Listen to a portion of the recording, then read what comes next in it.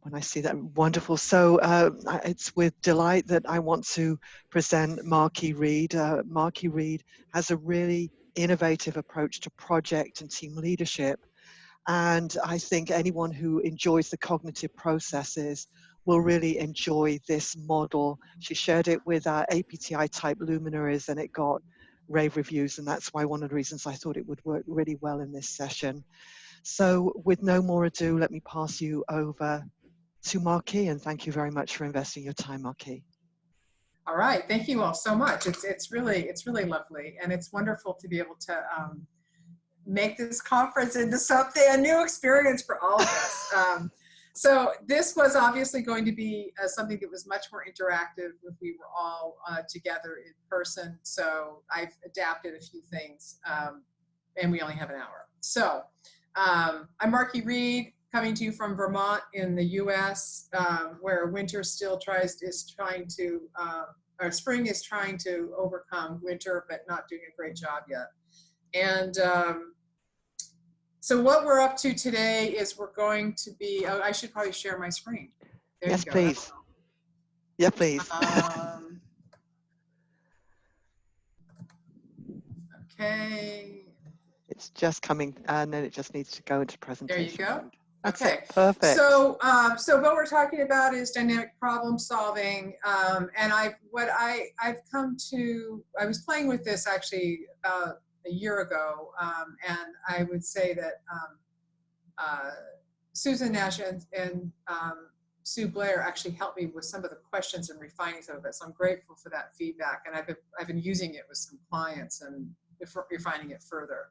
So I'm looking at the 8 essential questions as related to some core needs of each of the 8 functions.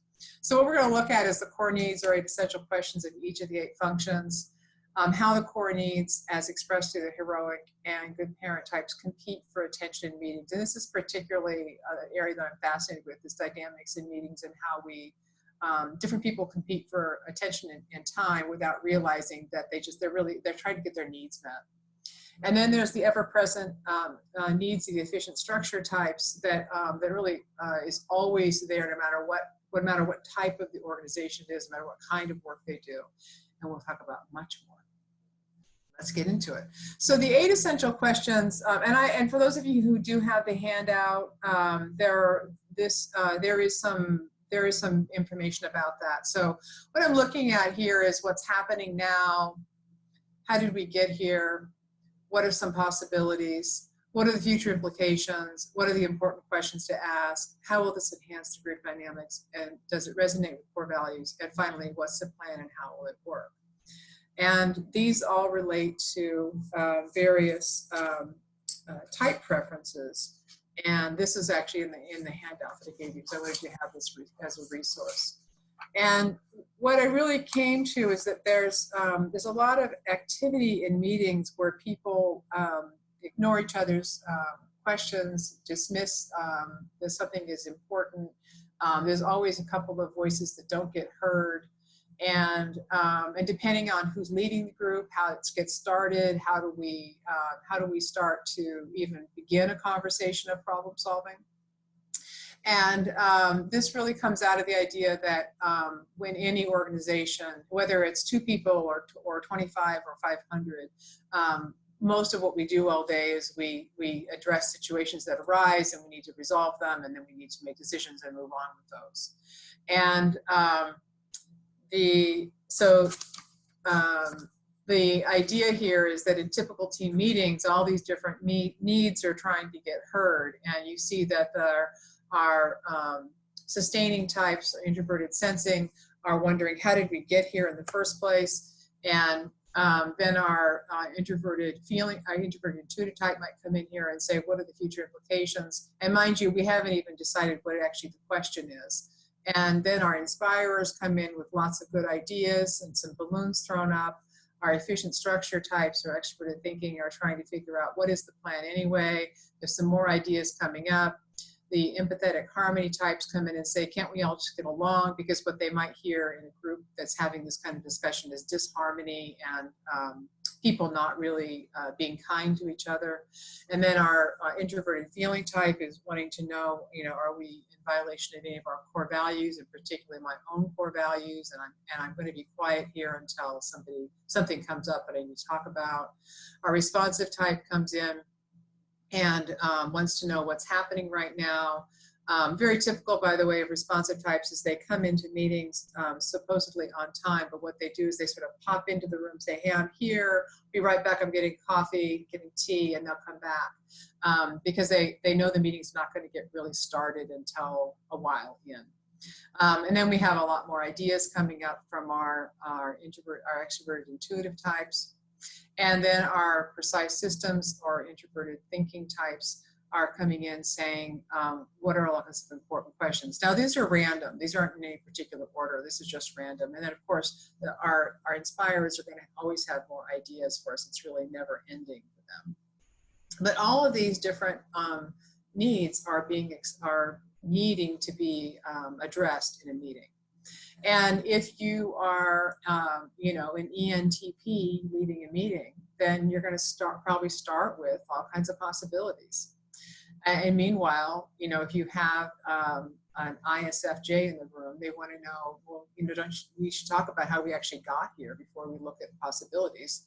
And the responsive type, if they're even in the room, is starting to think, well, nobody's even talking about what's really happening, so why am I bothering here? And so people start to get distracted. And what my theory here is, and what I've seen, is that when our needs aren't being met, we give ourselves permission to check out. We've all been in meetings, where people check out. In fact, you all are checking in and out of these webinars the whole time because, first of all, it's a long time to sit and listen to somebody else. And our minds wander, and we do that, and it's normal and natural. So the idea for this is that how do you keep people engaged by meeting their needs? And this also comes really out of the idea that, in temperaments we have core needs, and in interaction styles we have core needs. All types have core needs, but the functions themselves also have, those needs get expressed in the way that we ask questions and what we think are important to talk about in meetings and in groups. And for those of you who don't know, where did she get this responsive sustaining? What's all that stuff about? My moment of shameless self-promotion is it comes out of this book called Leadership Styles that I wrote, and it's my words for the 8 functions. And I'm in the middle of developing a toolkit that goes along with all this. It was going to be ready for the conference, but when the conference got postponed, I went into more development mode. So there's some tools that are going to go along with all of this idea. And this also, of course, comes back to the idea that many of us learned how to use group decision-making through the Z pattern. And for those of you who don't know what the Z pattern is, it's something that Isabel Myers came up with a long time ago now.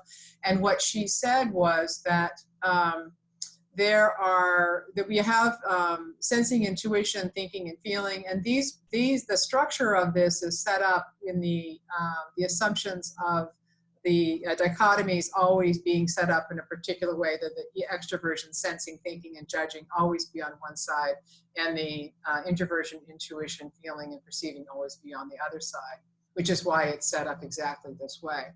And what Isabel Myers decided that as a group, that if we looked at the details, the specifics of the situation, and she didn't necessarily distinguish between extroverted and introverted sensing, but look at the specific information, and then look at the possibilities and the bigger picture and the implications and where are we going with this.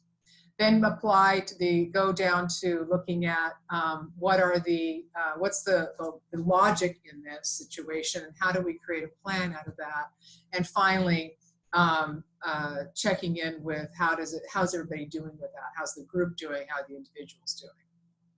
And because she didn't really distinguish between the introverted and extroverted functions, this model has been used for a long time, and it actually still has a lot of validity to it.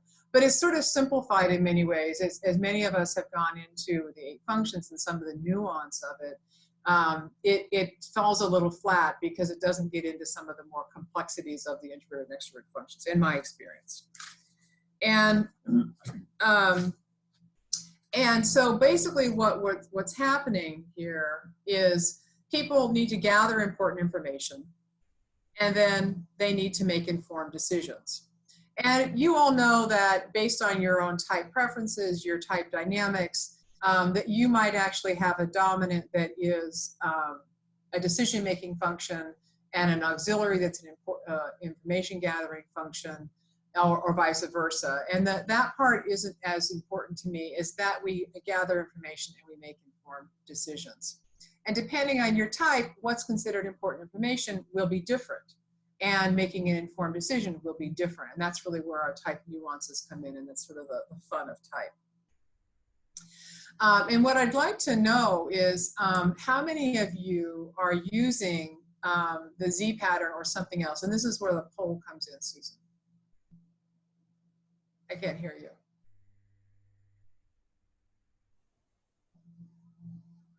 So I just want to, I'm curious about what are you doing now in terms of if you're using it at all in any form or something else? So this one came up. So currently we've got 24 people who've answered. So we've got 51% voted at the moment. So 25 out of 49 people. 26. 27. I think that's probably enough, Markey, isn't it? So we've got, here we are, 28. So Julia talked about using the Z pattern when conducting organizational workshops. Let me just, so stop and share results. Great. Share results, are you seeing it? I am, yes. Good. So Z pattern, 63% of people are using it and 37% of people are using something else. So as you see, that's 26 or using it and 15 using something else. Okay, it's great. So for the folks that are using something else, I'd love to see in the chat or just a very brief mention verbally, what is it that you're using? Let's have a look. Does anybody want to speak up? I don't know if I can see but the chat. feel free to speak up, because it's always nice to, anybody, what other systems are you using? I mean, Catherine said earlier that she, Isabel Myers did distinguish the cognitive processes, but not in the context of the Z model. Yes. Julie talked about using the Z pattern when I conduct organizational workshops to show functions that are not being sufficiently addressed. Tim says he tends to use problem-solving tools associated with quality improvements. And quite a few. Anybody else want to verbally say what they were using? Feel free to speak up, because you had 16 people who were using another problem-solving tool. I do a circle, which you presented to APTI years ago, Vicky Jo, thank you. And Jane Kesey talks about, she chose this among many questions to ensure all functions are included when using the Z model. Mary Charles talks about designing your life decision tools. And Sterling talks about polarity. Great. So, Great. There's a couple of polarities in there. Yeah, very yeah. nice. Excellent. Yeah. So that's great. So because most of us who were, qualified or certified in using the MBTI, we were introduced to the Z model in our training, and it has a lot of good strengths to it. I've played with this for a long time, and what I find is that, first of all, why the hell is it a Z? Like, who cares that it's a Z? And it doesn't make any sense unless you understand the theory of the constructs of type dichotomies. So I started playing with this, and in fact, it's my INTP husband, who's also in here, Tim King, in this group. I was trying to play with something and kind of force a model into something. It wasn't working, and we just blew it all apart. And this is where introverted intuition and extroverted intuition worked in a lovely way together. We came up with something brand new, and I've been playing with it. So this is what I came up with. Why aren't you going forward? There you go. So this is the circle, and these have all the 8 questions around the circle, and it's about gathering important information and making informed decisions. So I'm not so in the you know, if you were going to look at an ideal, I did put them in a particular order around the circle. We starting with what's happening now, identifying what the actual issue is, and then how did we get here. It helps us understand what were some of the issues that brought us here, looking at what are some of the possibilities, what are the future implications, and then moving into what are some good questions to be asking. And this is, I think, where our precise systems, introverted thinking types can really poke into many of the assumptions that we make when we're doing the brainstorming or even just the visioning kind of work. What do we really need to dig into to critique this and get to what's more essential? How will this help others work together? And does this resonate with core values? These are our feeling preferences. And it's about, let's include the human beings in this before we get to how the plan will work.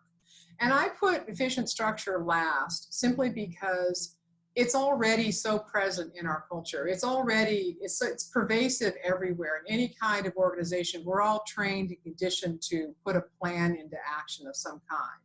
And no matter what your type preferences are, even if you're someone who doesn't really think that creating plans is a thing, there's often a pressure to feel like you're supposed to feel like planning is a thing.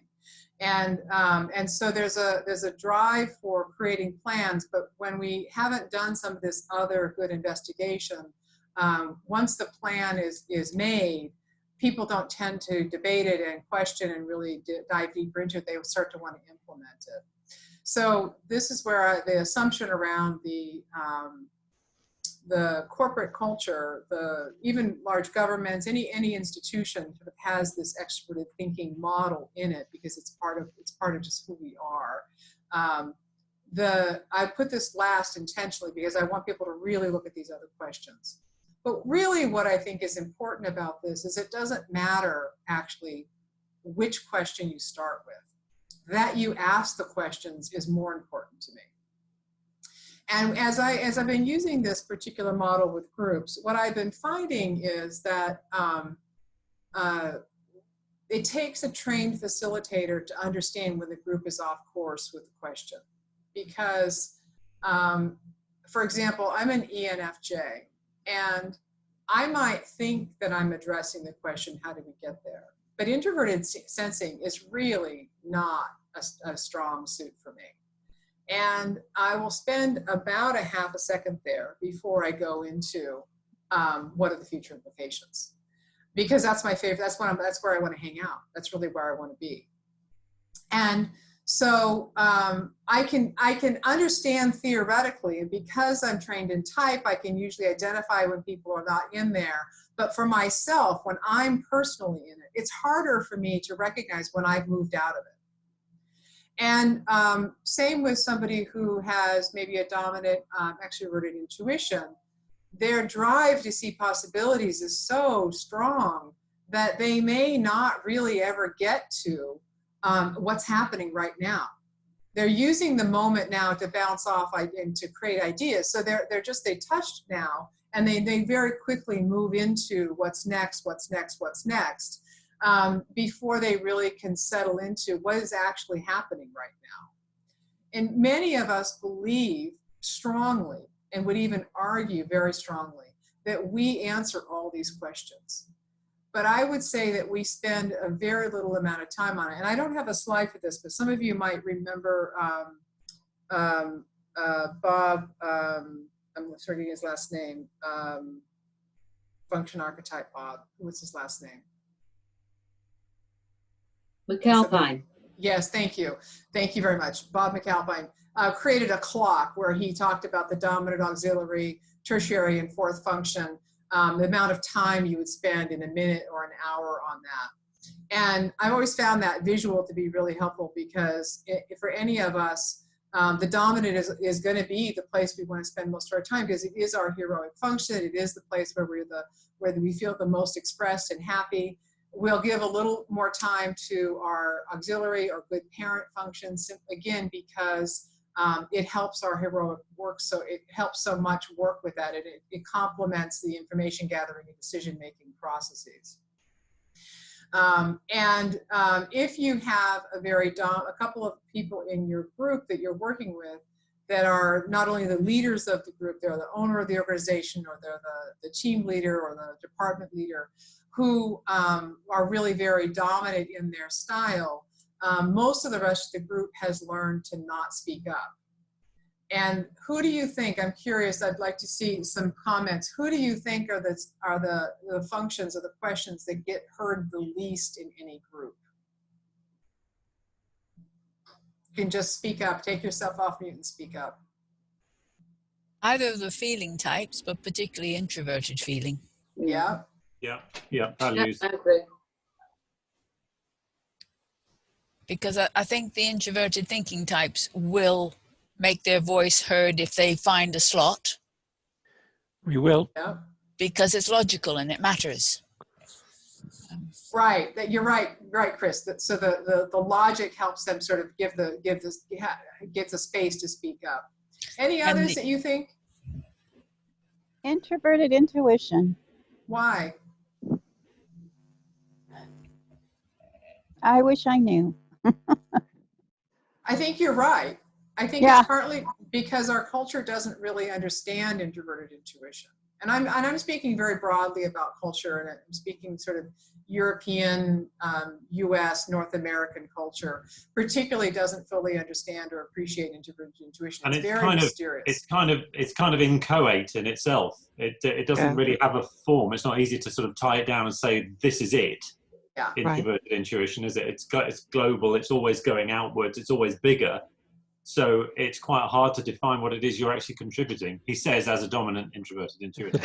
It is. No, you're exactly right. You're exactly right. So it doesn't have form. It's beautiful inside the head of the individual. It's an incredible experience for the individual who's experiencing it. But to communicate it out loud makes the Crystal Palace turn into a mud hut very quickly. And Sterling would like to add something. What would you want to add, Sterling? I think this might overlay very well with Ray Moody and Mina's work on how each person uses the different functions to different levels.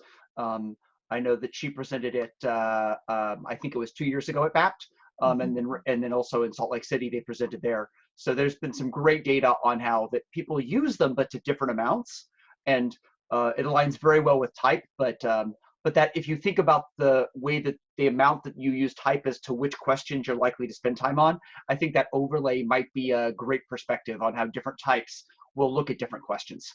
Nice. That's excellent. Thanks, Sterling. I'll take a look at that. Any other comments? Yeah. I've got go on, Catherine. Actually, thanks. Which is just about, I think extroverted intuition gets overlooked in some businesses. So I'm thinking here sort of manufacturing businesses. They have a problem. You know, what's happening now? They might go into the blame, you know, how did we get here? And then it's quick, do something about it. It's straight to extroverted thinking without thinking, hang on, what about the possibilities? Yeah. And definitely without touching on how is this going to impact people? Yeah, very nice. So manufacturing. Depending on the environment, the industry you're in, it could very much change that. And that gets into, you know, what's the dominant type of the culture you're in. So whether it's the team itself or the organization itself. And the extroverted intuition, I happen to work, in my work, I happen to work with a lot of entrepreneurs. And so I got a lot of extroverted intuitive types in my world who really take over the conversations. But you're right, in many corporate cultures, extroverted intuition is considered flighty thinking or not practical. Because as we know, the vast majority of what inspirers say out loud, they know is not implementable. They know that. But it's part of the process of getting it out and speaking it out loud that helps them sort through it all. Other comments or things that you think might be left out? And maybe it's dependent on the culture of the environment that you're in? Well, I was thinking I made a comment in the chat area about the SI.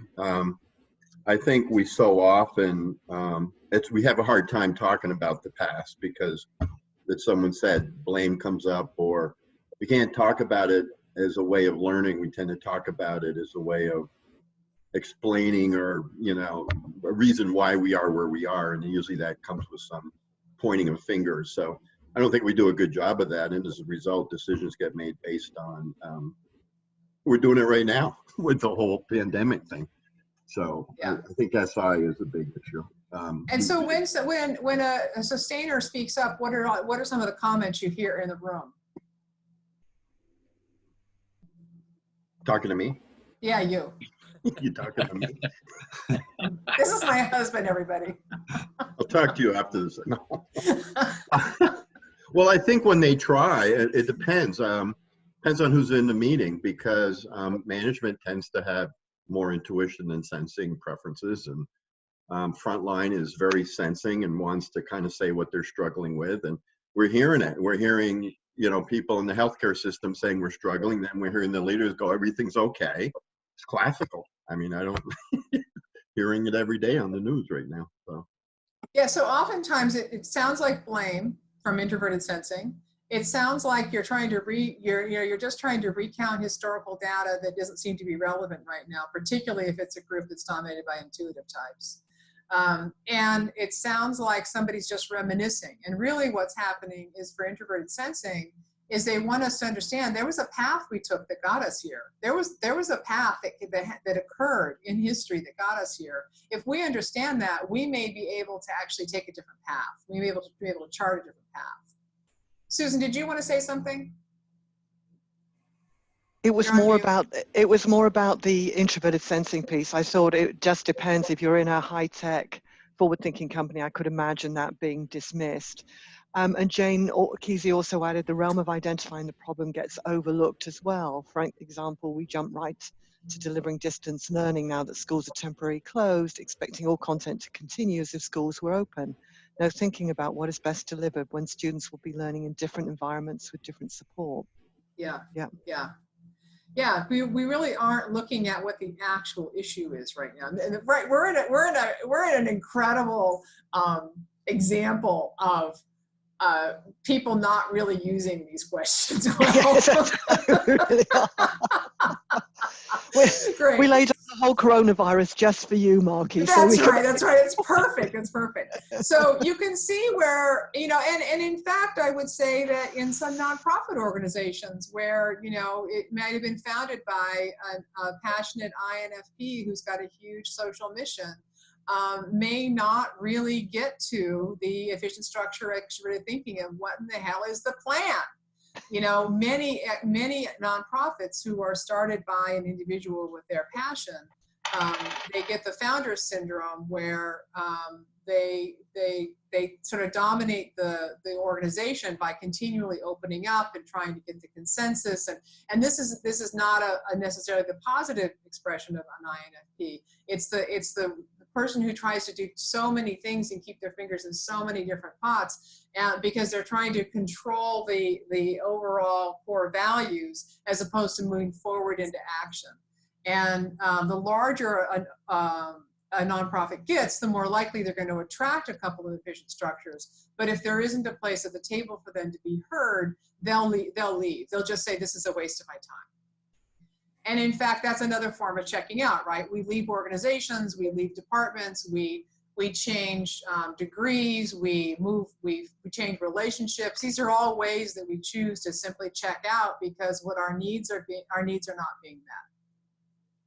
So any other questions or comments on this particular piece?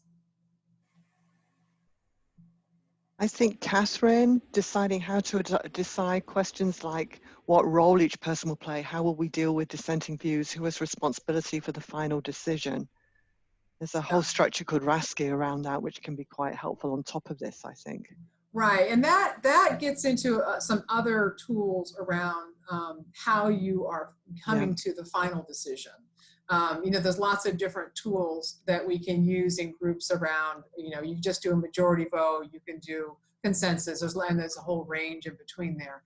And that's where I think some of the other more kind of I'll call them sort of technical tools, can be really useful. But it's the discussion that I'm particularly interested in here, is how do we make sure we actually have gathered the important information and then making the informed decision. So let's look at how this might show up in the, did my slide change? It didn't yet. It is now. It's just changing, I think.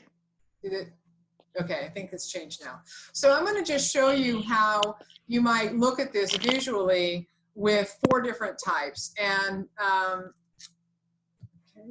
So I've got the 4 types up there. They're ENTP, ESFJ, ENFJ, and INFP. And if you were going to plot them, this is just based on the first 4 functions of their type, the conscious functions. So we have the heroic or dominant, the good parent or auxiliary, the eternal child or tertiary, and the anima, animus, or ballast, also called the 4th function or inferior.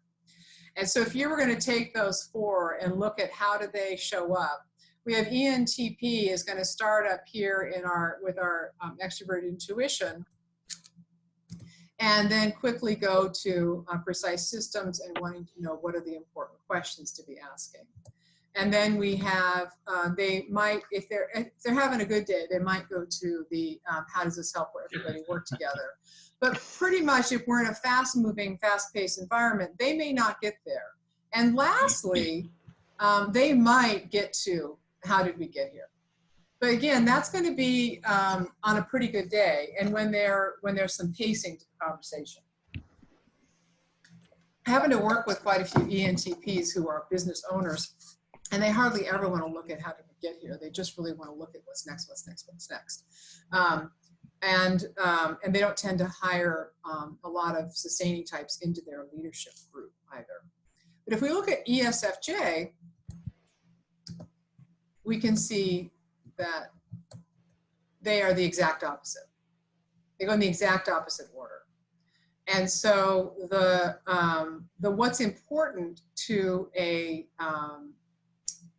ESFJ is, an ESFJ is really very least important to an ENTP. And then if we look at our ENFJ, they're going to start again over here with how does this help everybody work together. They're going to quickly go to future implications. They might take a look at what's happening now, and then they might take a look at some of the important questions.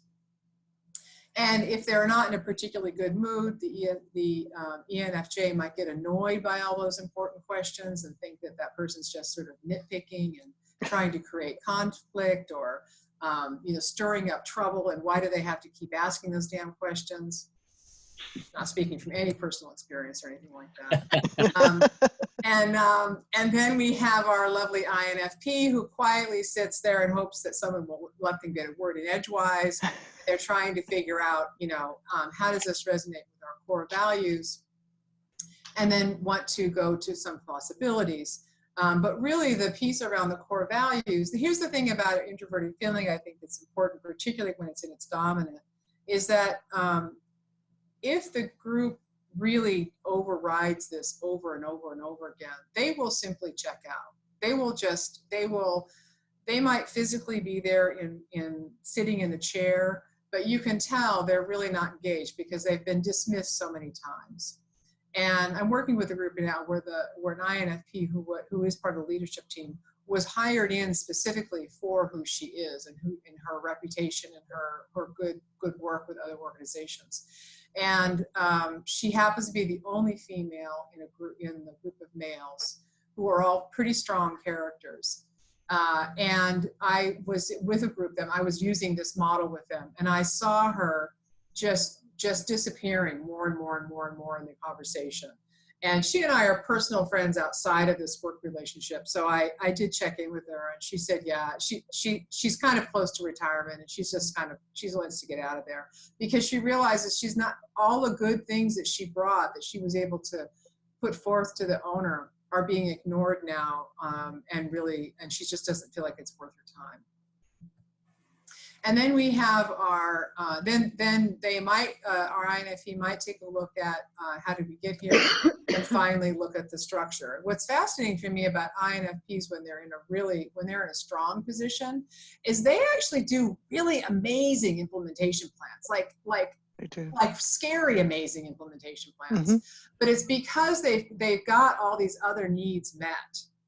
They know the personal, they're totally resonating with personal core values. They have gotten to look at all the possibilities. They understand how we got here. And then they go into, okay, so now let's create a plan so that we can keep on this course. And I have another organization working with where the executive director is an INFP, and she has done so many things to clean up the messes of the organization and create this incredible plan. She's exiting and a new person's coming in. And she's like laid this beautiful clean slate for the new executive director to come in on. And that's where I think that the real power of that, the personal values can come in when they're able to resonate very clearly, then all these other gifts come true. And I think that's true for all of us. When our core questions are satisfied, we're really able to get into these other parts because it's safe. It's safe for us to go there. But if I feel like I'm being attacked or not being respected or people don't listen to me or I'm shut down, then I'm gonna sort of bounce between 1 and 2, and I'm probably gonna check out after that. So does this make sense to everyone? Questions about this? Can I just very quick anecdote? When you were talking there, Markey, about ENFJ and them not particularly liking those precise questions, maybe those important questions. Now, I'm INTP, Yes. dominant introverted thinking, and one of the things I often found myself doing, not just in BAPT board meetings, but with friends as well, is asking those precise questions. And I know it irritates everybody, but it's like I can't move forward unless I know exactly what the answer is. And that I know we're all clear on it. Yeah. So it's right. It's what Chris said earlier is that the introverted thinking is going to be heard because they know if they don't ask these questions, there's something really important missing, and they'll speak up even with the preferences for introversion. Yeah. Other comments or questions so far? Okay, I'm going to have us go into an exercise. I want you to use this, and if you have the handout, I have provided you with a blank of this. So, the blank looks like this, and you're going to play with this a little bit. And so here's the assignment here. Is instead of going into to chat rooms and all that, because it gets complicated with that, I really want you just to do a little bit of individual playing around with type. Use your type and the type of a person you know well, and plot the type dynamics of each person. And if you need to have the resource, I'm going to keep this up. This is really hard to read, but you all are on some kind of device that you can expand this if you need to. It's also in the handout. And oops. Go back, come on. Okay. That's it. All right. So, so plot the type dynamics of each person. And then I really want us to have a discussion about what are some possibilities and challenges if you were to work on a project together. And you could use a spouse, you can use a personal friend, you can use a work colleague. This is entirely up to you. You don't need to tell us all the gory details of the relationship, but what we want to know is what are some of the dynamics that you're seeing and how might this unravel some of that. And there was just a quick question from Julie. Why did you choose the 4 types that you did initially, Markey? Was there any rationale for that? I chose them a long time ago, and it might have been because I was working with a particular group, but no, there was just something that some of those types seem to make sense to me. Right. So I'm going to leave this document up in case you not printed it out. But let's take about maybe 5 to 7 minutes with this. We'll check in about 5 to see if anybody wants more time. And it's just a matter of looking at this and playing with it a little bit to get your hands on it.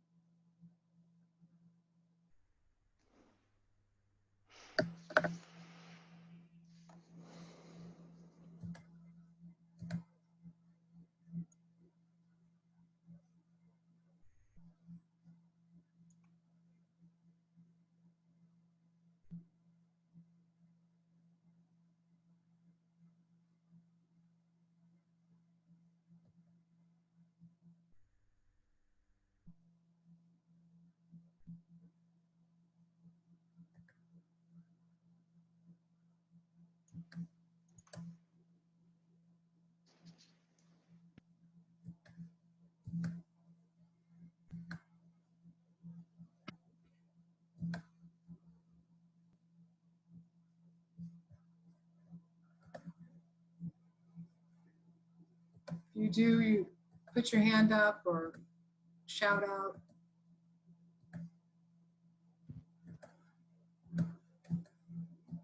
Okay, great. So, all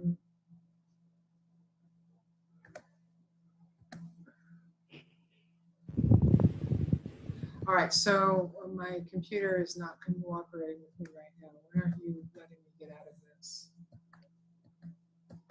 There you go. Okay, so here's what I'd like to know is what'd you find out? So this is a sharing time. What I'd like to know is your name, your type, the two types you played with, and what was useful. What was something you saw, something that you discovered, something maybe a new insight about that dynamic between you and that other person? Hi, Markey, it's Catherine. And I was thinking about myself, INTP, and very close work colleague with INFP preferences. And one of the places we can get hung up is with her fourth position, TE.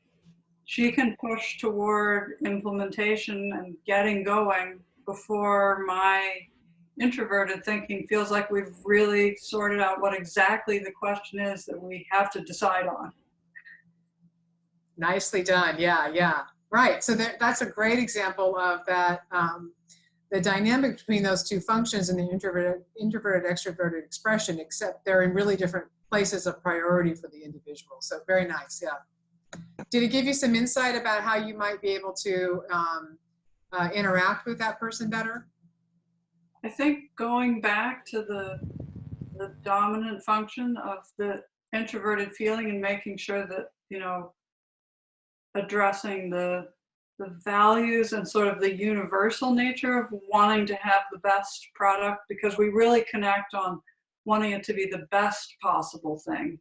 But the TI comes at that differently than the FI. Yeah, very nice. Because you're both behind the scenes, that best possible is a lovely, lovely way to come together. Jane Kesey, I think, wanted to say something. You raised your hand, Jane.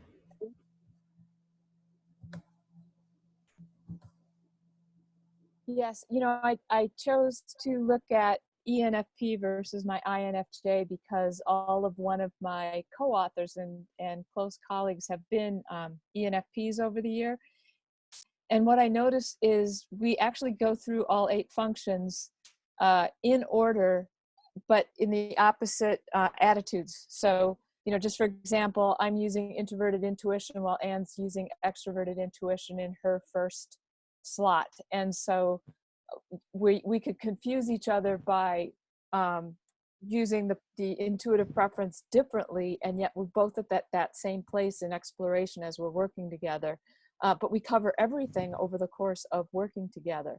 And I'm just thinking, gosh, that's maybe why, whether I was working with Sandra Hirsch or David Stark or, you know, any of my other ENFP colleagues, if that's why it's worked so well. Mm-hmm.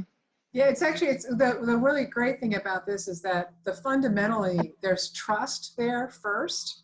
And I should have said this earlier, actually. Thanks for your story, just reminded me of that. When there's trust, we actually very naturally will go through all of these iterations because that's part of a healthy conversation.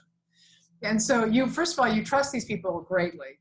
And the introverted and extroverted intuition happen to be both the dominants here. And there's a saying in type that I've always loved, that when 2 sides of the same function come together, there's real genius. So when you have trust, and then those 2 sides of the same function come together, there's an amazing electricity that happens. It doesn't matter which function it is. There's something that really, it's like the whole picture gets completed. And so I've actually noticed that about Jane, that you often partner with ENFPs, and that's a great connection. So nice. Anybody else? Osho raised his hand, and so I don't know if you wanted to say something or whether it was raising hand on something else. No, I'd like to say something. Yeah, go ahead. Hi. I've lost you on video, and you've probably lost me, have you? Yeah, we've lost you, but we can hear you, Asha, so that helps. I've sort of not worked with Myers-Briggs at all in terms of my work, but I've become more acutely aware of different personality types because I work partly for the NHS, and I've been working in Ethiopia for a while with vision. And the hardest person I have to deal with is the Tigray Regional Health Board Senior Director, and he is definitely INFP, and I am ENFP, and it's so obvious that we both wanted the same things, but he comes from a very different place from me, and I just wondered why that was, because I feel his NFP bit should make more of an effort to meet me. Good question, Asha. What's your thoughts, Markey? Well, my thought is that this is where we get into more dynamics of talk, where the get things going and the behind the scenes have really different approaches to addressing a situation. So that, you know, the get thing going just wants everybody to be involved. And the behind the scenes is looking for that, that really perfect, and also really distinguishes between how the heroic and the good parent function in this process. And that, our core need, particularly so our core need really is that heroic need, that the heroic expression has to get its thing. It's gotta have something to go on, because it's what's driving the energy of the type forward. And so you're meeting in the 2 sides of the same function, but at really different places. And the example that Jane gave is they have to be meeting in the same place. They're both their dominant functions. And so I don't think that it's necessarily always true that it has to meet in the same place, but it helps because the energy of those needs is sort of matched in that way. One's dominant perceiving function and one's a dominant judging function. So you're going to get some push and pull there, aren't you? Yeah. Plus, I think, you know, behind the scenes really it's got the focus on the outcome, and get things going is focused on the process, and they can also look at odds with each other. Yeah, it's interesting that a letter that you'd think would be so similar actually can make quite a difference, Usher, isn't it? Yeah. Any other stories that we want to hear from? I have one, Markey. Yes. So for me, my preferences are ESTJ, and I was looking at my husband, ENTP. And just for our dominant functions, you know, with this endless source of ideas that he comes up with truly all of the time, I immediately eliminate the ones that aren't going to work. I can also be really irritated by them if they're just too fast and furious. And then by the time I'm actually ready to deal with them, I don't take them seriously anyway. So there we are. Yeah. A marriage made in heaven. Right. Okay, very good. Excellent. So hopefully you were all able to... I've just got two other people with their hands up, just quickly. Go ahead. Anne Marsden, did you want to say something, Anne? Well, I'm INTP and my husband's ISTJ. And when we're planning to do a workshop together, I like to ask the questions. What are we trying to do? What are the possibilities? And play around with putting a program together. And it drives my husband nuts because it's not settled, and I fiddle around, you know, and come back to it and tweak it. And he wants a good structure and knowing what we're doing. It's really interesting. Right. Catherine starts up for almost exactly the same comment on chat, by the way. Yeah. Which is really interesting. And Anne Holm, you were the other person with the hand up, and I'm aware then that you're push down. Go ahead, Anne. Just real quick. So one of the things that stuck out in your chart was the for the INTJ, the introverted intuition for INTJ, the idea of what are the future implications. My husband and I did a lot of horn locking around approach to parenting. Me as an ENFP, what are the possibilities and how do you provide encouragement? Meaning each kid is different. You got to approach each kid differently. He was always well out ahead. Well, if they don't do that, then that's not going to happen. Then that's not going to happen. What's the plan? They need to. And I would be, you know, theirs would be the rub right there was approach. And so it was get the energy going. How do you get them motivated? Not all these things are going to happen if you don't impose this particular structure. Yep. Susan, you had your hand up. Yes. Yeah, I actually, I've come across this type of thing pretty frequently. I'm a software developer, and I've worked in the financial industry for a long time. And before a year ago, I worked for Credit Suisse, which is a very ISTJ company, so much. And also a lot of the software developers are Indian. They come from there. So I could work things out eventually. But yesterday I had a job interview to go back to a financial company, and I kind of got the feeling he's probably another ISTJ. And at one point in the interview, which most of them standard questions, he asked me kind of a puzzle question of how would you estimate how many people come across the Hudson River and on the PATH trains every day? And I start asking questions and more questions. And then he starts laughing and he says, oh no, it's very simple if you just, and so I'm thinking, well, how do I get across to him that I don't think in the same way that he does in a job interview over the phone? Because it's very, I mean, it's not like it's a business relationship or another relationship where I have time to work things out with someone. So I'm trying to think of like, well, I don't even know what he's really getting at or what he wants me to do. So I'm asking lots of questions, and he's actually kind of chuckling because he thinks it's very straightforward. To him, it is. It's very simple, very straightforward. You know, this number, you get the number of trains, then you get this number, how many cars there are, square footage of the car. And I'm like, what if they're standing up? What if they're sitting down? How many seats are there on the car?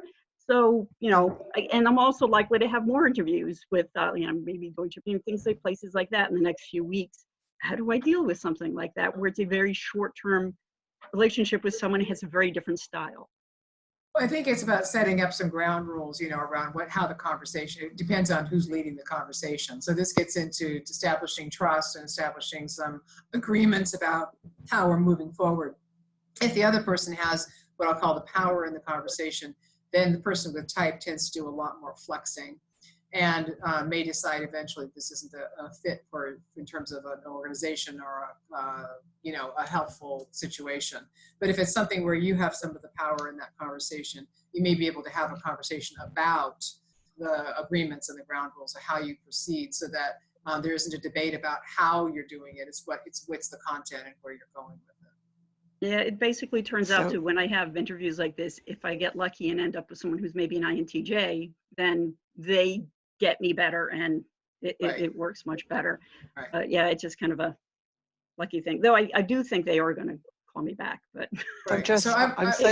I'm sensitive to time. Maybe if there's further you want to do that, let's pass back over to Markey for the time. Okay, so just of course we're going to remember that type is useful in understanding people. You're going to be careful not to guess other people's types. You all know enough information to be slightly dangerous. These are my warnings.